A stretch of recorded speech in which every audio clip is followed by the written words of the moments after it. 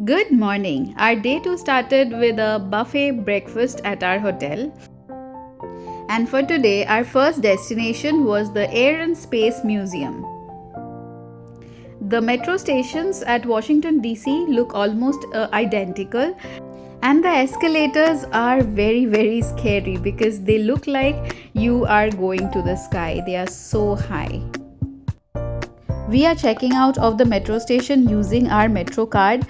We took a day pass so that we can easily transfer from one station to another station. I will give you more details about this metro card and what you should pick, like ride wise, or you should take a day's metro card.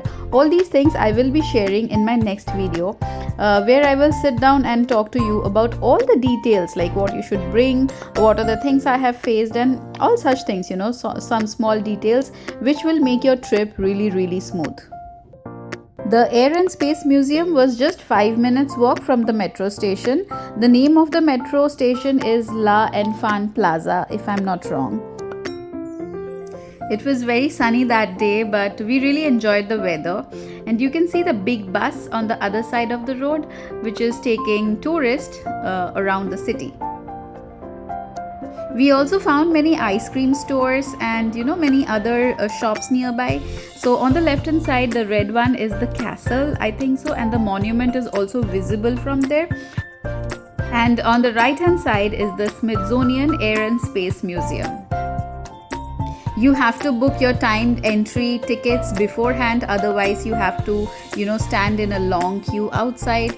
So we had our tickets, and this is the entry hall from where it all begins.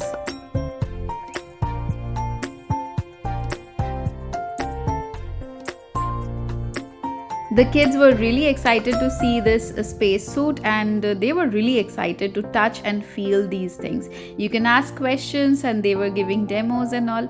These were really interactive and very interesting for the kids as well.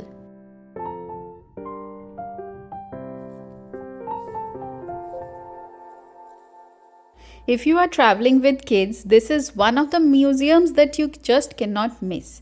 Okay, so here you get to see all the things related to space and all the history around Wright brothers.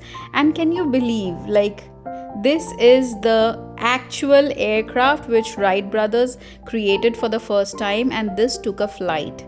So all these things witnessing in front of your eyes and also letting your children see all these things is really educational.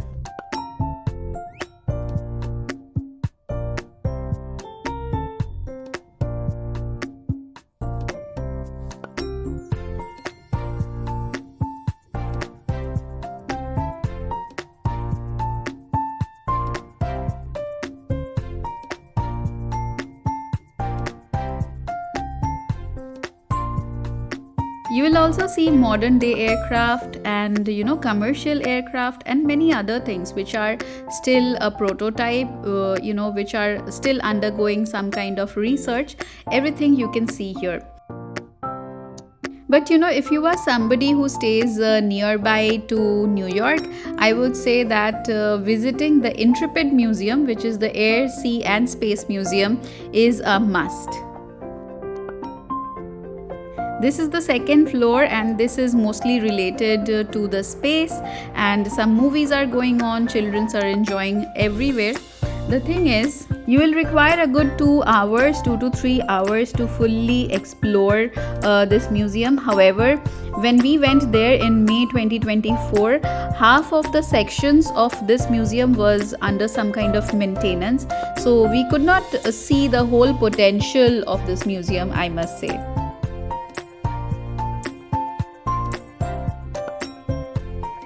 This is the real piece from the Apollo 11 mission, which was recovered on Earth. We were really excited to see this here.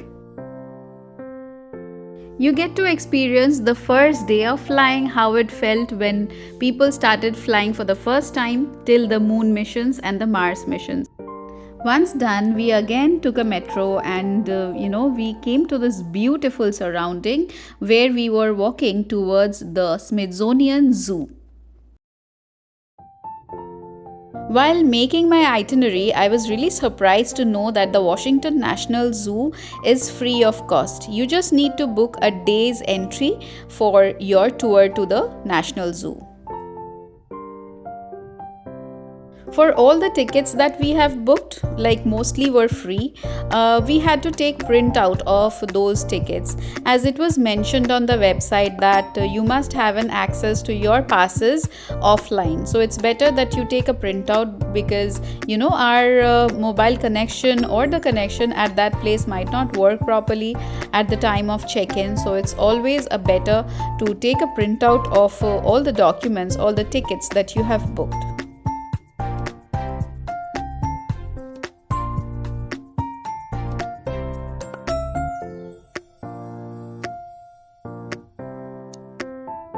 Though the zoo was quite large and beautiful, I really loved the zoo, but we could not see much because we were running short of time.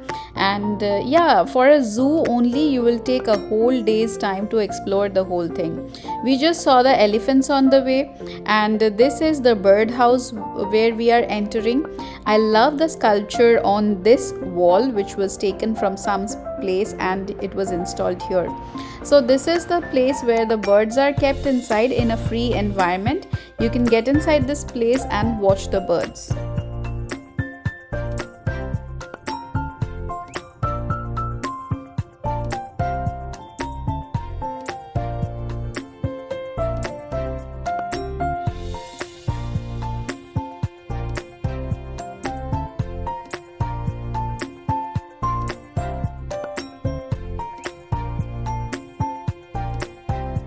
We ended our day with a dinner at a nearby restaurant which is called the Kebabs, which was just near to our hotel.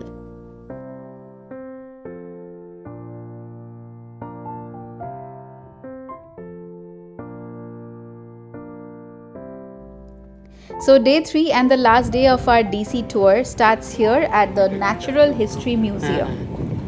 For this, we alighted at the Smithsonian metro station. That side also, see, it's like a castle. Oh, that was Smithsonian Castle, which I was talking about. So can't we go there? Yeah, it's under some construction. So we can't go inside, but we can go at the... At this time of the year, the castle was under some kind of maintenance, and here we have reached to the Smithsonian Institution, National Museum of Natural History. So this is the hall, and this is the most famous sculpture inside this museum. So this is the second place where I think that the kids will enjoy a lot. So besides all the museums and monuments, if you are accompanied by kids, make sure that you don't miss upon the Natural History Museum and the Air Space Museum.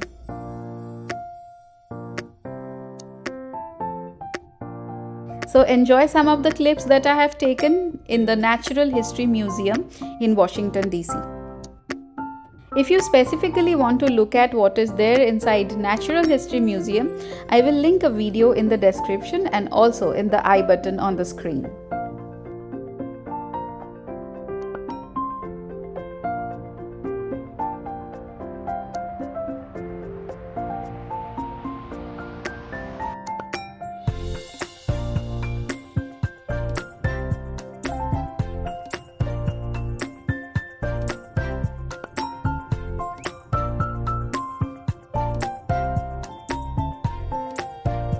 So this is the view, and you can see the castle from here.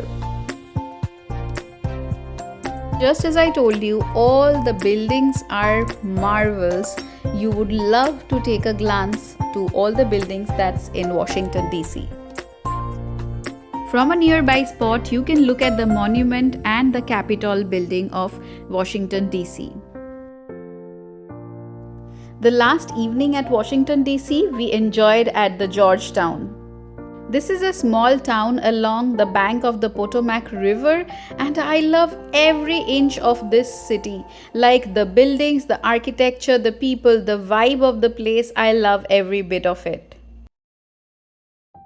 So it's again something different from what you have seen in Washington DC till now.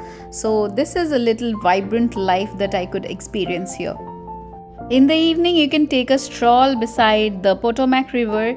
You can go in these small boats and yachts that is, ready for getting hired over here, and you can enjoy your evening. And I think an airport is really nearby, so we could spot the flights landing and taking off, at every moment from here.